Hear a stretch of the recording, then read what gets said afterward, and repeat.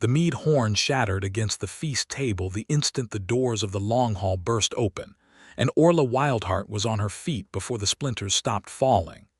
"Nobody moves," roared the orc, filling the doorway, iron-shod boots grinding grit into the threshold stones. "Gorik Astjo." She knew that voice the way she knew the ring of bad steel, a false note her hands could catch faster than her ears. Behind him poured a dozen warriors in black leather and wolf pelts, blades already bare, and the wedding guests who had been laughing and drinking only a breath before scattered back against the walls of the long hall like water fleeing a dropped stone. "Rufus." She said his name low, a warning and a vow in the same breath, and reached across the feast table for the man she had claimed as her own not an hour before. But three of Gorik's warriors were already faster, already between them, and rough hands closed on Rufus Bishop's arms and dragged him up out of his chair, his wedding cup spilling dark wine across the white linen like a wound opening. "Orla." Rufus's voice cracked, not with fear for himself, she would realize later, but with fury that he could not reach her. That steel had put a wall of orc muscle between his hands and hers on the one night he had sworn nothing ever would again. Gorik Astjo crossed the hall at an unhurried pace, boots crunching over dropped bread and toppled cups, and smiled with all his yellowed teeth at the bride standing rigid and burning at the head of the table. "A fine feast, Smith," he said. "Iron plates. Real wine, not the sour swill your clan usually pours. You spent well for a wedding that is about to end very badly."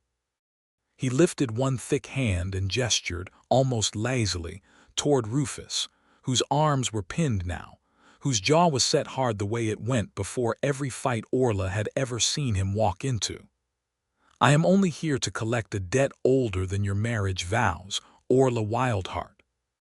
The man was promised to my pits long before he was promised to your bed. I mean to have him back."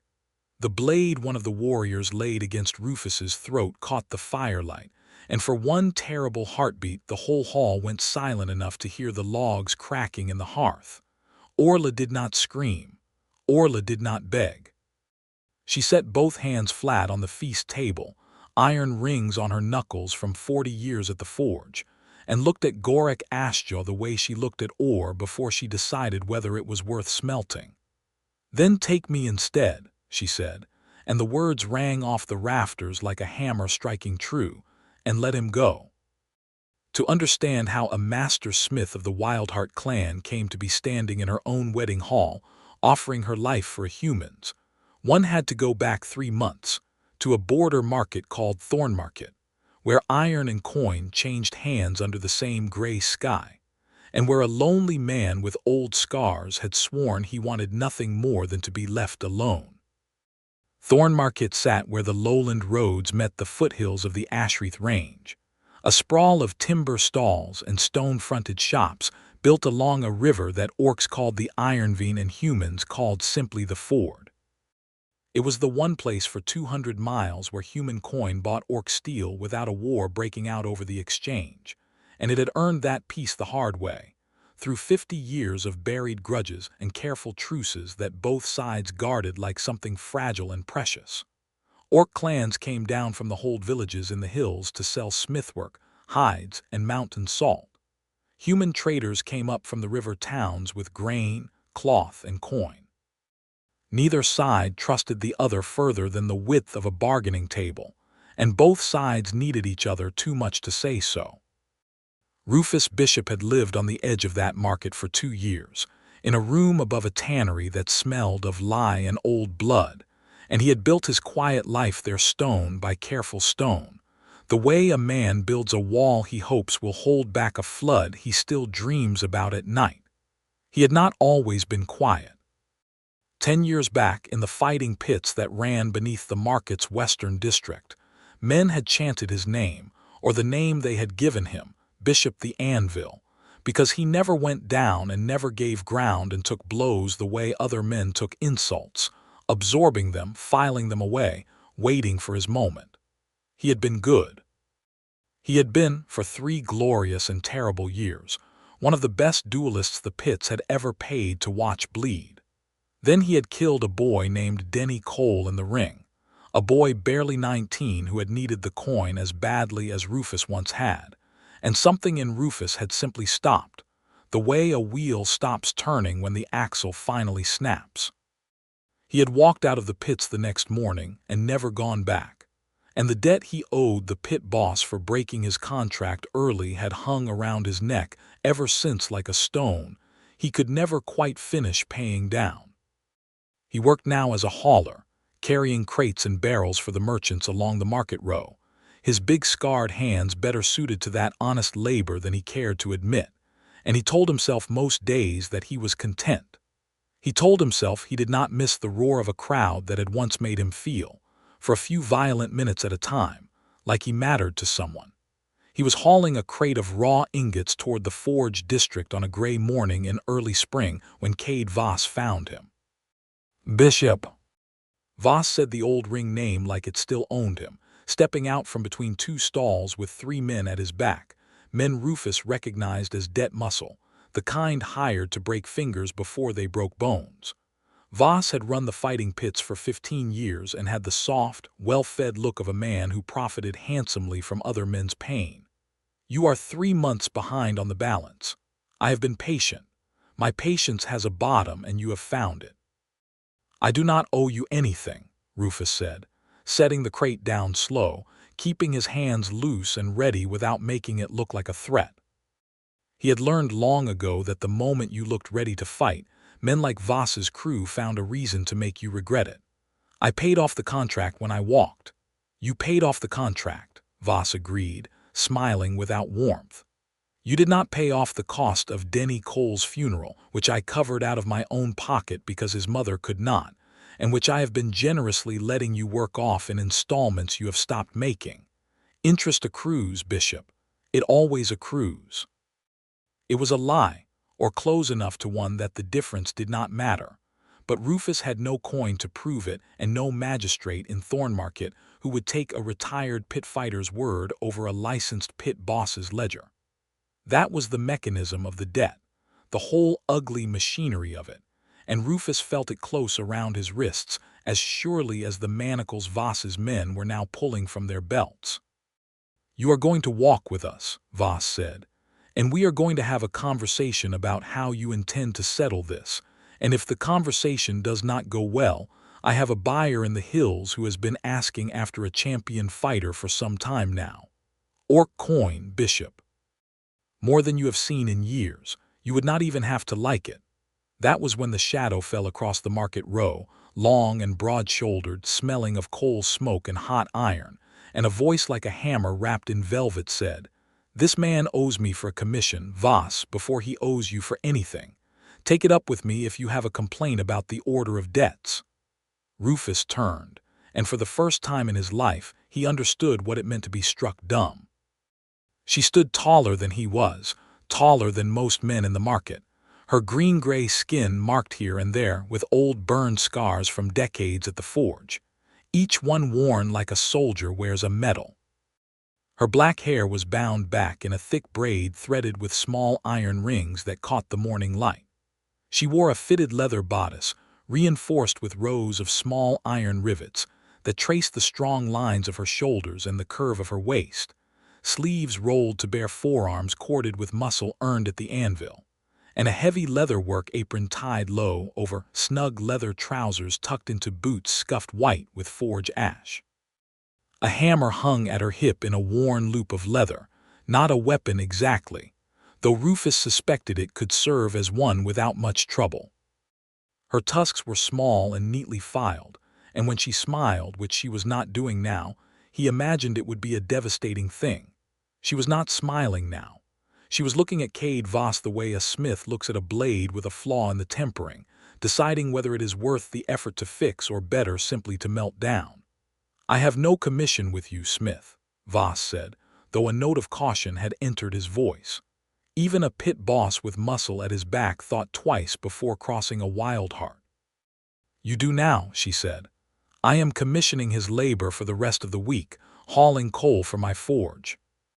I will pay his debt to you directly when the work is done, in full, At a fair rate we can discuss without your men's hands anywhere near their belts."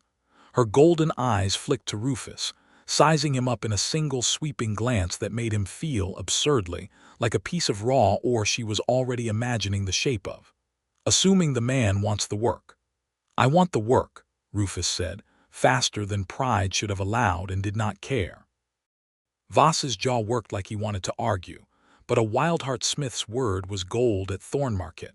Gold that every merchant and moneylender in the district relied on when they needed steel that would not fail them, and he was not fool enough to burn that bridge over one washed-up fighter. He spat near Rufus's boots, more for show than menace, and gathered his men and his wounded dignity and stalked off between the stalls. The orc woman watched him go, then turned the full weight of her attention back onto Rufus, and he found himself standing straighter without quite meaning to. "You did not have to do that," he said.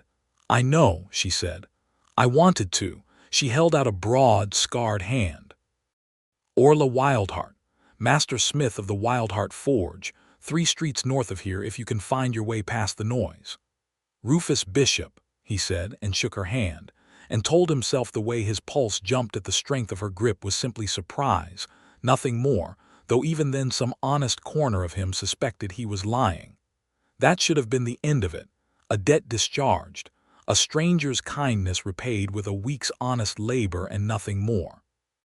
Orla told herself as much as she led him back toward the forge district, watching him from the corner of her eye, the easy roll of his shoulders under his worn work shirt, the way he carried himself like a man who had once been dangerous and had made peace mostly with setting that danger down.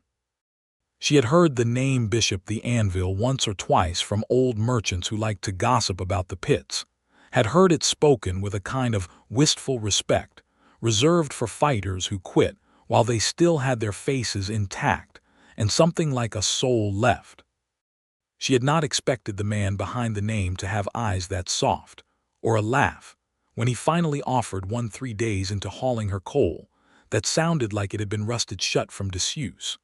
She had also not expected, watching him work the bellows on the 4th day, sweat darkening his shirt, forearms flexing as he hauled the great leather lungs of her forge open and shut in the rhythm she taught him, to feel something low and warm uncoil in her belly that had nothing to do with commerce at all.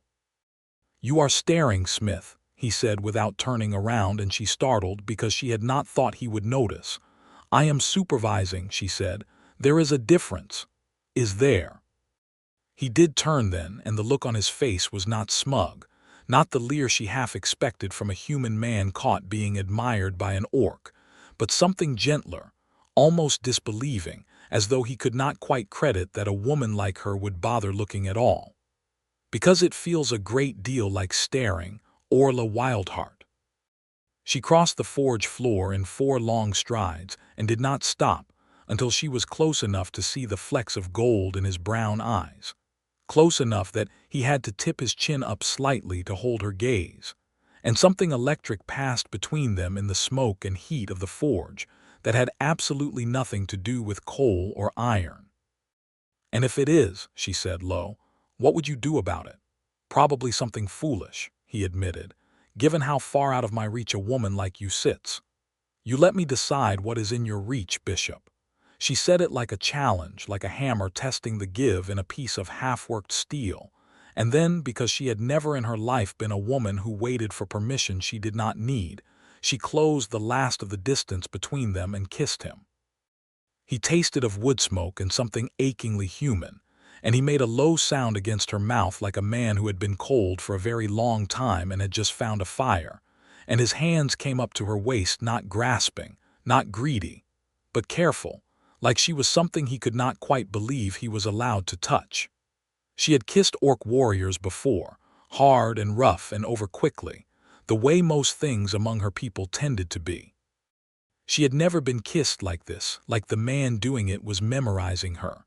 When they finally broke apart, both breathing harder than the moment strictly warranted, Orla laughed, a real laugh startled out of her. "Well," she said, "that settles the question of your debt at least. I believe you have paid it several times over. I would like to keep working here anyway. Rufus said, a little breathless, a little wondering. "If that is allowed." "It is more than allowed," Orla said, and reached for the iron-gray cloak folded on the bench behind her, the one lined with copper thread that marked a person as sheltered under the Wildheart name, the one she had never in her life placed over the shoulders of anyone who was not clan-born. She lifted it now, and something in her chest went very still and very certain as she settled it over Rufus Bishop's shoulders, the weight of it, the meaning of it, settling into place like a key finding its lock. "There. Now if Voss or any other jackal in this market tries to lay a hand on you again, they answer to my whole clan, not just to me." Rufus touched the heavy wool at his shoulder, understanding, even without knowing the full custom, that he had just been given something enormous. "Why?" he asked, quiet. "Because I have decided," Orla said simply, "that you are mine to protect. Orcs do not do things by half measures, Bishop. You should know that about us now." It was not a slow courtship after that, not by any measure either of their peoples would have recognized as proper. Word spread through Thornmarket within a day that the Wildheart smith had cloaked a human hauler, and the market, as markets do, split immediately into camps of scandal and delight. Human merchants who had never trusted orc steel further than they had to muttered that the smith had lost her senses, taking a broken pit fighter under her wing for reasons no decent person needed to speculate about aloud. Orc traders who came down from the hold villages shook their heads and said the Wildhearts had always been strange, marrying their forges before they married sense, and now here was proof. Neither of them cared, not really, not once they had tasted what it felt like to be chosen so completely by the other. Rufus moved his few belongings from the room above the tannery into a small chamber off the forge that Orla insisted on clearing out for him, though within a fortnight he had stopped using it most nights at all, finding his way instead to the wider bed in her own quarters upstairs, where she taught him, patiently and then not so patiently, exactly how thoroughly an orc woman could want a man. The first time she pulled him into her bed, weeks into their strange courtship, moonlight slanting silver through the shutters, she had straddled his hips and looked down at him with an expression so open and hungry it had stolen the breath from his lungs. "Tell me if this is too much," she had murmured, tracing one scarred finger down the old fight scar along his ribs, "and I will slow down." "Do not slow down," he had said, hoarse, hands already sliding up the strong muscle of her back. "For the love of every god there is, Orla, do not slow down." And she had laughed, low and delighted, and shown him exactly what she meant when she said orcs did nothing by half measures. Not every day in Thornmarket was soft, though. Prejudice did not evaporate simply because two hearts had decided to ignore it.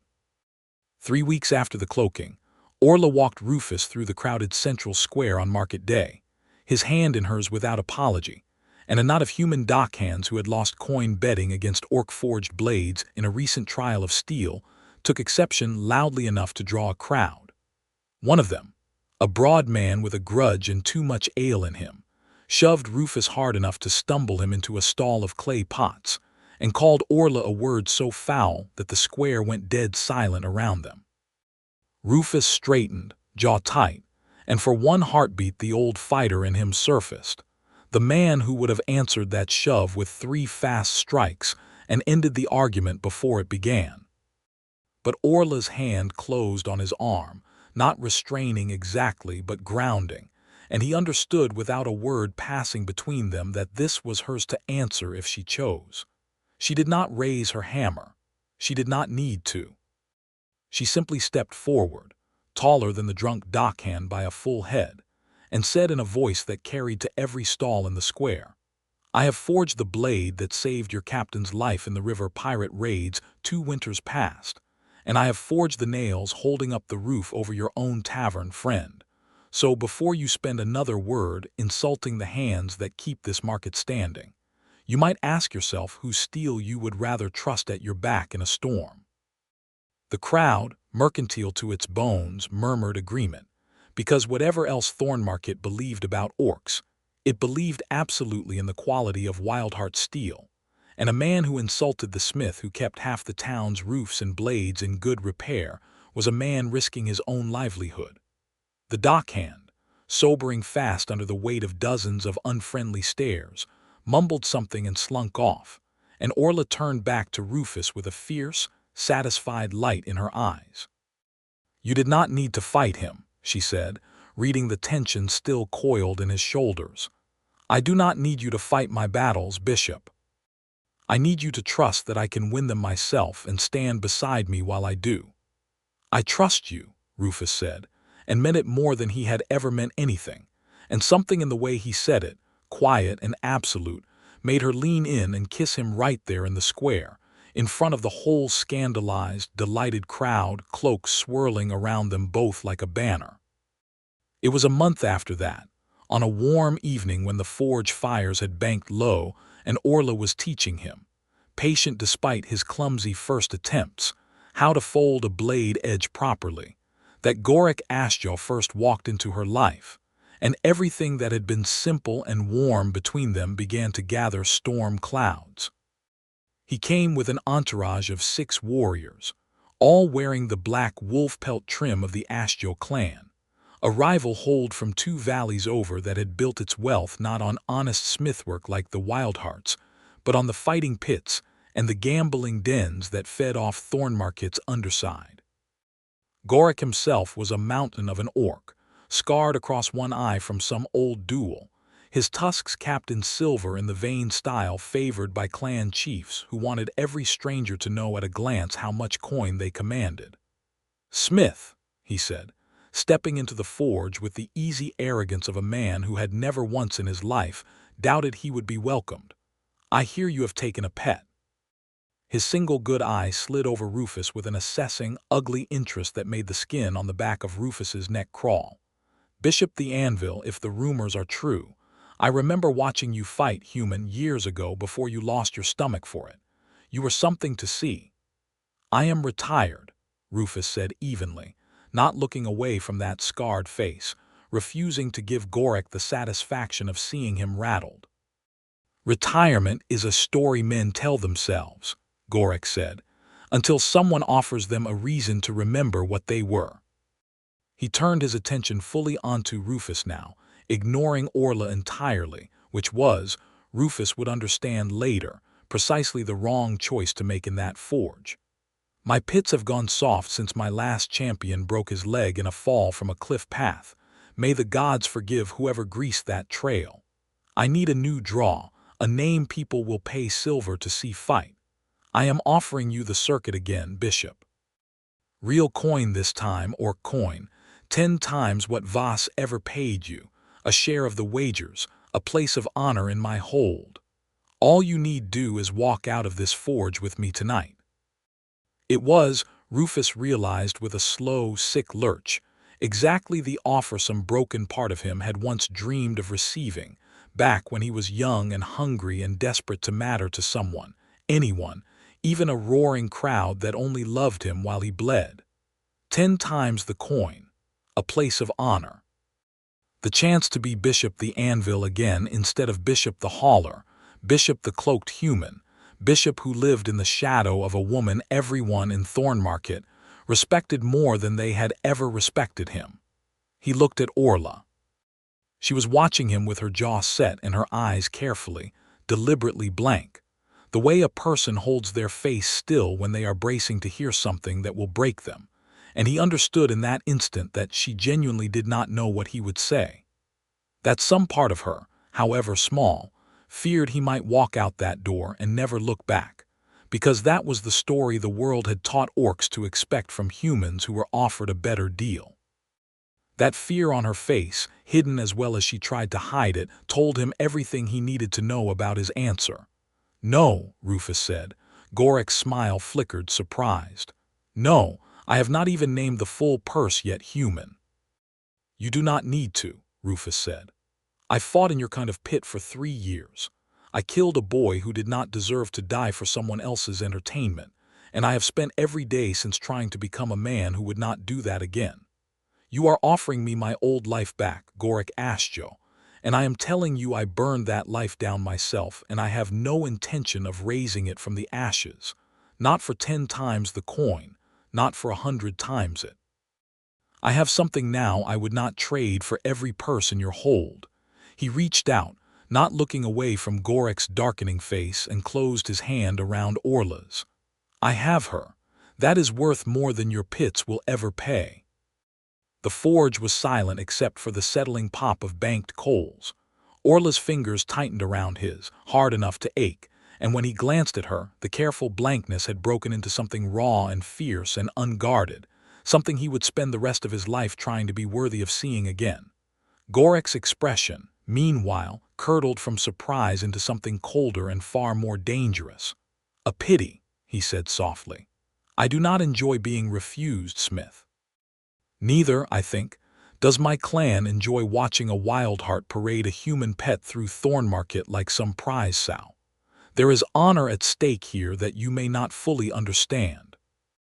He gathered his warriors with a jerk of his chin, but paused at the forge door, looking back with his ruined eye glinting in the low firelight.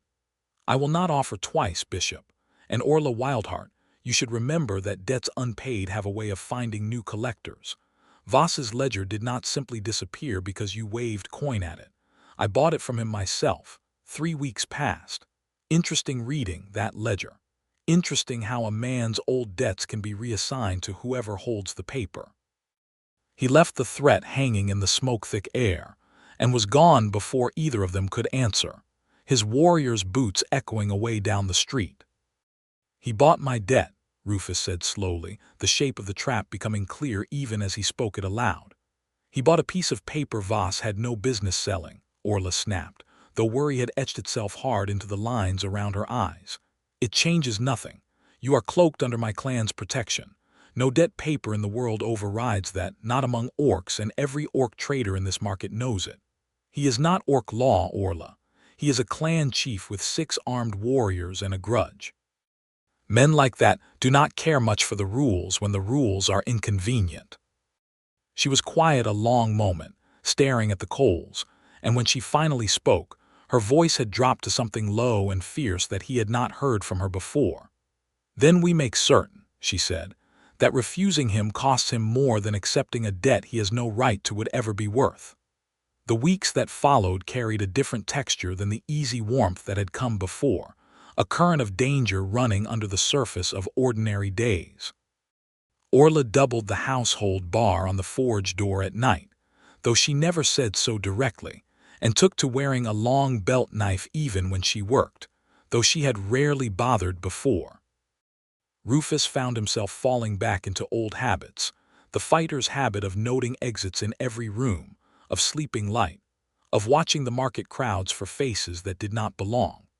It was a testing that came, in the end, not from Gorek directly but from a hired blade, a lean, scarred mercenary who cornered Rufus alone on the coal road one evening with a message that Gorek Ashja wanted the human delivered, willing or not, and a knife already drawn to make the point. Rufus had not fought seriously in 10 years, had told himself and everyone else that part of him was buried. But the body remembers what the mind tries to forget, and when the mercenary lunged, Rufus's old instincts answered before he had time to be afraid. He took the man down hard, disarmed him with a wrenching twist that had once ended 100 pit bouts, and left him groaning in the dirt with a message of his own for Gorek Ashjo, that the anvil had not gone soft, only quiet, and that quiet men could still be dangerous when something worth protecting was on the line. He walked back into the forge that night with a split lip and bruised knuckles, and Orla was on her feet before the door had fully swung shut, hands cradling his jaw with a tenderness that made the ache in his ribs feel entirely worth it. "You went out alone," she said, half furious, half terrified, examining the cut on his lip like she could will it close through sheer force of attention. "I am not made of glass, Orla. I did not say you were made of glass. I said you went out alone, when you know Gorek has men watching the roads, and if something worse had happened, if he had brought 4 men instead of 1, her voice caught, and she stopped, visibly wrestling the fear back down into something she could manage. I came back, Rufus said gently, covering her hand with his own where it still rested against his jaw. "I always intend to come back to you. That is not going to change because Gorik Ashjo has decided he wants a trophy fighter." "I know." She let out a long breath, some of the fight draining out of her shoulders, replaced by something softer and more frightened than he had ever seen her allow herself to be. "I have buried enough people I love to old feuds and clan grudges, Bishop. I do not intend to bury you too, not when I have only just found you." It was the first time she had said the word loved, even sideways, even wrapped in a sentence about burying, and Rufus felt it land in his chest like a struck bell. "Marry me," he said, before he had fully decided to say it, the words simply arriving true and certain, the way the best decisions of his life had always arrived, without much warning and without any doubt once they landed. Not because of Gorik, not because of any of it. Because I have spent 10 years telling myself I did not deserve to want anything good again, and then you cloaked me in your forge and kissed me like I was worth wanting, and I have not stopped thinking, every single day since, that I would like to spend the rest of my life proving you right." Orla stared at him, her golden eyes bright and wet in the firelight, and then she laughed, a startled, joyous sound that broke something open in both their chests. "You human fool," she said, cupping his face in both scarred hands. "I was going to ask you first. I have had the cloak binding words half memorized for a fortnight." "Then say yes," Rufus said, "and we can argue later about who asked first." "Yes," Orla said, fierce and certain, and sealed it with a kiss that tasted of coal smoke and relief and something that felt, for the first time in either of their lives, entirely, unshakably like home. The wedding could not happen quietly, not with 2 clans and half a market watching, but Orla's own people, once the shock of a human groom had worn thin under the plain evidence of how thoroughly the 2 of them had chosen each other, came around with the fierce loyalty orcs reserved for their own. The elder of the Wildheart Hold village, a stooped, iron-haired woman named Brenna Deepforge, who had known Orla since she was a girl learning to work the bellows, arrived at the forge a week before the ceremony to inspect the human groom for herself. "You understand," Brenna said to Rufus, walking a slow circle around him in the forge yard while Orla stood nearby with her arms crossed and an expression daring anyone to make this difficult, "that when a Wildheart claims a mate, it is not a human handshake of convenience. It is iron bonded to iron. It does not come apart because the seasons change or the road gets hard." "I am not looking for something that comes apart," Rufus said steadily. "I buried that kind of life a long time ago. I want the kind that holds." Brenna studied him a long moment, then grunted, satisfied in the particular way of a smith checking a weld. "Good answer." She turned to Orla. "He will do. Gods know you have chosen worse company to keep in that forge before now." "Once," Orla said dryly. "That badger got into my coal stores exactly once, and I have never let it live it down." The wedding day, when it came, was set for the wide green outside the market's northern gate, chosen deliberately as ground both peoples could walk onto without feeling they trespassed on the other's territory. Human traders and orc clanfolk mingling in a way Thornmarket rarely saw outside business hours. Long tables groaned under roasted meat and fresh bread, mountain ale traded for lowland wine, and both clans' colors hung from the same poles, iron-gray Wildheart cloth beside the blue and brown of Rufus's, few human friends from the market row who had come to see the anvil, against all odds, finally get his happy ending. Orla wore her fitted leather bodice and trousers as she always did, the leather polished to a deep gleam for the occasion, an iron torque newly forged for the day resting at her throat, and over her shoulders the great cloak of house, the ceremonial twin to the one she had given Rufus months before, copper thread catching every glint of the afternoon sun. Rufus wore a plain but well-made coat over his own cloaked shoulders, the iron-gray wool she had given him that first day in the forge, worn soft now from months of daily use, and when Brenna Deepforge stood before them both to speak the binding words, his hands did not shake, though his heart hammered like it wanted to escape his ribs entirely. "Iron finds its shape through fire," Brenna intoned, the old words of the Wildheart clan rolling out over the green, "and a heart finds its shape through the one it chooses to be forged beside. Orla Wildheart, do you claim this man, in fire and in cold, in feast and in famine, in peace and in war, as yours?" "I claim him," Orla said, loud enough that it carried to every corner of the gathered crowd, her eyes never leaving Rufus's face. "I have claimed him since the morning I put my cloak on his shoulders and told myself it was only kindness. It was never only kindness." "Rufus Bishop," Brenna said, turning to him, "do you accept the claim and offer your own in return?" "I accept it," Rufus said, voice rough with feeling he made no effort to hide. "I have spent my whole life feeling like a man nobody had much use for, and then this woman looked at me like I was something worth keeping, and I am never going to stop being grateful for that, not for one single day we have left to us.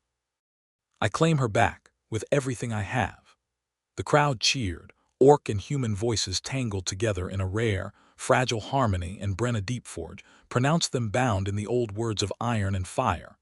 And for one golden hour, as the feast began and the ale flowed and Orla pulled Rufus into a kiss that drew a roar of approval from half the green, it seemed as though the whole hard, prejudiced world had finally decided to make room for the two of them to simply be happy. That was the hour Gorik Astro chose to make his move. He did not come at the height of the feast, when eyes were sharpest and warriors' hands closest to their weapons. He waited until the light had gone long and golden, until wine had softened the crowd's edges, until the wedded pair had been ushered into the long hall for the formal seating of the feast tables, cloaks and torques gleaming in torchlight, the outdoor green emptying gradually as guests filtered inside for the meal. It was there, in the enclosed timber hall with its narrow doors, that his men struck, 12 warriors pouring through the entrance with blades bare before the hall's few guards could do more than shout a warning. And so the story folds back to where it began, to Orla Wildheart on her feet amid shattered mead horns, to Rufus dragged from his chair with a blade at his throat, to Gorik Astro striding through the wreckage of the wedding feast with the satisfied swagger of a man who believed he had already won. "Then take me instead," Orla had said, "and let him go." Gorik laughed, a short, ugly bark of sound. "You would trade the smith who forges half this market's steel for one broken human fighter. That seems a poor bargain for you, Wildheart, whatever your heart says about it." "It is not a poor bargain," Orla said, and stepped out from behind the table, hands spread to show them empty of weapons, though every line of her body remained coiled and dangerous, a smith's controlled strength held in careful check. "It is the only bargain that matters to me. You want a prize to carry back to your hold and prove you can humiliate a rival clan on the very night of her wedding. Fine, take the greater prize. I am worth 10 pit fighters to your pride, Gorik Astro, and you know it. Let him go, and I will walk out of this hall with you, and I will not raise a hand against your men while I do it." Orla no, Rufus's voice was raw, the blade at his throat pressing close enough to silence anything more, and his eyes found hers across the ruined feast table, wide and desperate, pleading with her to take it back. She did not look at him. She could not and keep the terrible steadiness in her own voice, because if she looked at him now she was afraid she would break entirely, and she needed, more than she had ever needed anything, to be steady for the next few minutes. Gorik studied her for a long, calculating moment, weighing pride against practicality, and Orla watched the ugly gears of his ambition turning behind his one good eye. A master smith paraded through his hold, as a captive would indeed be a far greater humiliation to the Wildheart name than a washed-up human fighter forced back into the pits. It would be a story told for a generation, the proof that Astro could reach into a rival clan's own wedding feast and take whatever it wanted. "Done," Gorik said, and something in Orla's chest lurched with terror even as she kept her face iron still, because this was the plan, this had to be the plan. There was no other way to buy Rufus even a single breath of safety in that hall full of drawn blades. "Release the human. The smith walks out with us." The warrior holding the knife at Rufus's throat hesitated, glancing to his chief for confirmation. And in that single beat of hesitation, Rufus Bishop did the thing that 10 years of quiet, careful peace had never quite managed to fully bury. He moved. It was not the wild, desperate lunge of a frightened man. It was the precise, economical violence of a man who had once made his living in exactly this kind of narrow, brutal moment. 3 fast years of pit fighting, distilled into muscle memory, that no amount of hauling crates could ever fully erase.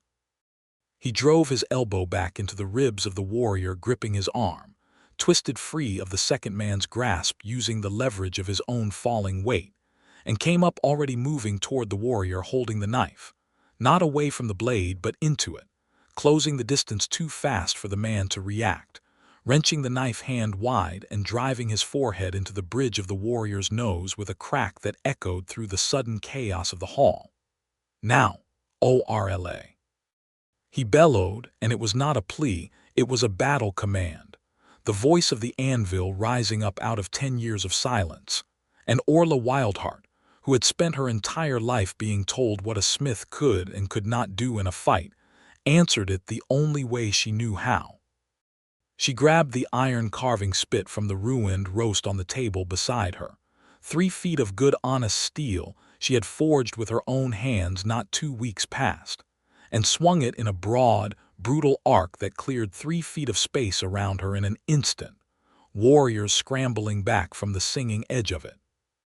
Behind her, guests who had scattered in terror at the first crash of the doors were suddenly rallying, human market friends grabbing serving knives and stools, Wildheart clanfolk drawing the ceremonial blades they had worn to the wedding, Brenna Deepforge herself, 70 years old and moving like a woman half that age, laying out one of Gorek's warriors with a well-placed strike from a table leg.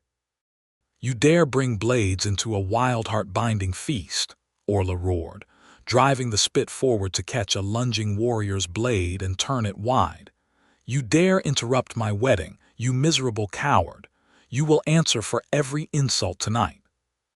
Rufus fought his way to her side through the chaos, having wrestled a fallen blade from the warrior he had felled, and for one strange, suspended heartbeat, bride and groom stood back to back in the wreckage of their own wedding feast, weapons raised, breathing hard, and something fierce and joyful cut through the terror of the moment. The simple, electric fact of fighting alongside each other instead of for each other. "You should not have offered yourself," Rufus said, low, blocking a strike aimed at Orla's unguarded side. "You should not have attacked 12 armed men with your bare hands," Orla shot back, driving her spit through the gap in a warrior's guard hard enough to send him staggering. "We are a matched pair, then," Rufus said, almost laughing despite the danger, and Orla, God's help her, laughed too, fierce and bright, because there was nowhere else in the world she would rather be standing than shoulder to shoulder with this ridiculous, brave, beloved man in the middle of a brawl. Gorek Ashjaw, watching his carefully planned humiliation collapse into a losing brawl against a hall full of furious wedding guests, roared in fury and drew his own blade. A heavy cleaving sword clearly meant more for intimidation than fine work, and shouldered his way through the melee toward the couple directly. "You will not make a fool of me at my own hold's expense," he snarled, swinging the great sword in a blow meant to end the fight outright. Orla met it with the spit, steel ringing against steel, the impact jarring up through her arms with enough force to buckle a lesser smith's knees. But she had spent 40 years hardening her body against the forge's demands and did not buckle. She turned the blow, redirected the momentum, and in the same motion Rufus stepped in low and fast, sweeping Gorek's lead leg out from under him with a move that had once won him 100 pit purses, and the clan chief went down hard onto the feast hall's stone floor, his great sword skittering away across the boards.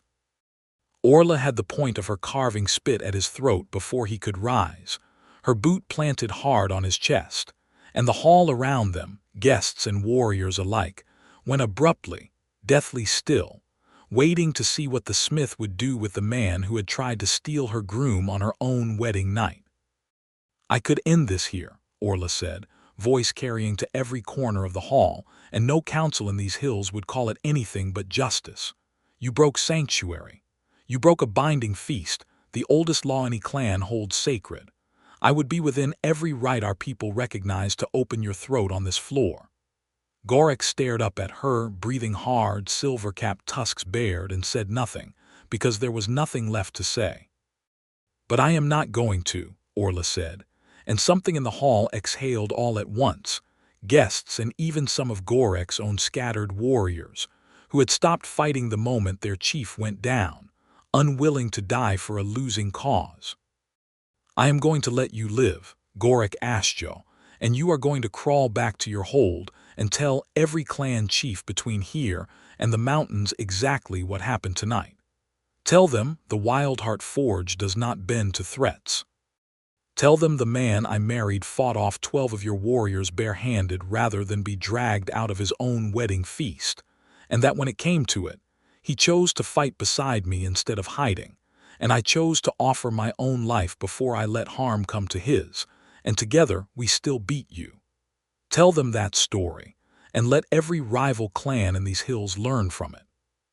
She lifted her boot from his chest and stepped back, spit still leveled, watching him scramble upright with as much dignity as a beaten man could muster.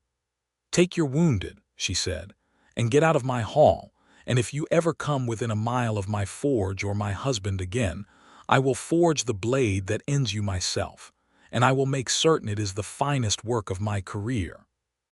Gorek Astjo gathered his defeated warriors, several of them limping, one still groaning from Brenna Deepforge's table leg, and retreated from the long hall in humiliated silence, the wedding guests parting to let them pass with expressions ranging from contempt to grim satisfaction. The doors shut behind them, and for a long moment the hall simply stood in stunned quiet, taking stock of overturned tables and scattered food, and the general wreckage of what had, an hour before, been a celebration.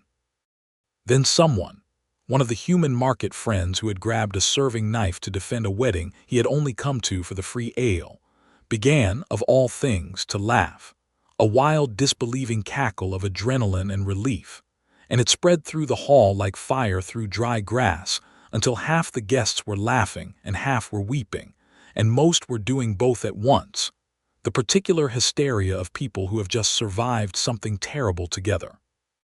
Orla dropped the carving spit and turned to Rufus, and whatever composure either of them had managed through the fight simply gave out. "You absolute fool," she said, hands shaking as she gripped his face, checking him for wounds with the same desperate thoroughness she had shown after the mercenary attack on the coal road. "You attacked 12 armed warriors with your bare hands, Bishop. You could have been killed in the first 3 seconds. You offered your own life to a man who had a knife at my throat," Rufus said back, just as raw, hands coming up to cover hers. "So do not lecture me about foolish Orla Wildheart, not tonight." "I would do it again," she said fiercely. "I would do it every single time without hesitation. Do you understand me? You are not a debt to be traded or a prize to be stolen. You are mine, and I will burn down every rival clan in these hills before I let anyone take you from me. And I would fight my way through 100 more of Gorek's men before I let him drag you off to prove some point about clan pride," Rufus said. "We are a matched pair, remember. You do not get to be the only reckless one in this marriage." She laughed then, wet and helpless, and kissed him hard enough to steal what little breath the fight had left him. And the wedding guests, catching sight of the bride and groom locked together amid the wreckage of their own feast, erupted into a cheer that shook the rafters. Human and orc voices joined in something that felt, for the first time that whole strange night, entirely and simply joyful. Brenna Deepfor waded through the celebrating chaos, table leg still in hand, and surveyed the ruined hall with the weary satisfaction of an elder who had seen enough clan business over the decades to know a good outcome when the dust settled. "Well," she said, "that is certainly a wedding feast this market will be telling stories about for the next 100 years. I do hope, Orla, that your next binding does not require quite so much furniture to be sacrificed." "There will not be a next binding, Brenna," Orla said, still not quite letting go of Rufus, her fingers curled into the front of his ruined wedding coat. "This is the only one I ever intend to make." "Good," Brenna said, and there was real warmth under the dry humor now. "Because I do not think this hall could survive it twice." The feast, remarkably, resumed within the hour, guests righting tables and salvaging what food had not been trampled, the market's own healer moving through the hall to tend the handful of minor wounds on both sides with brisk efficiency. And the mood that settled over the gathering was not merely relief, but something fiercer and more triumphant.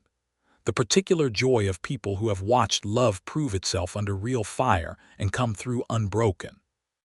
Rufus and Orla did not return to the head table right away.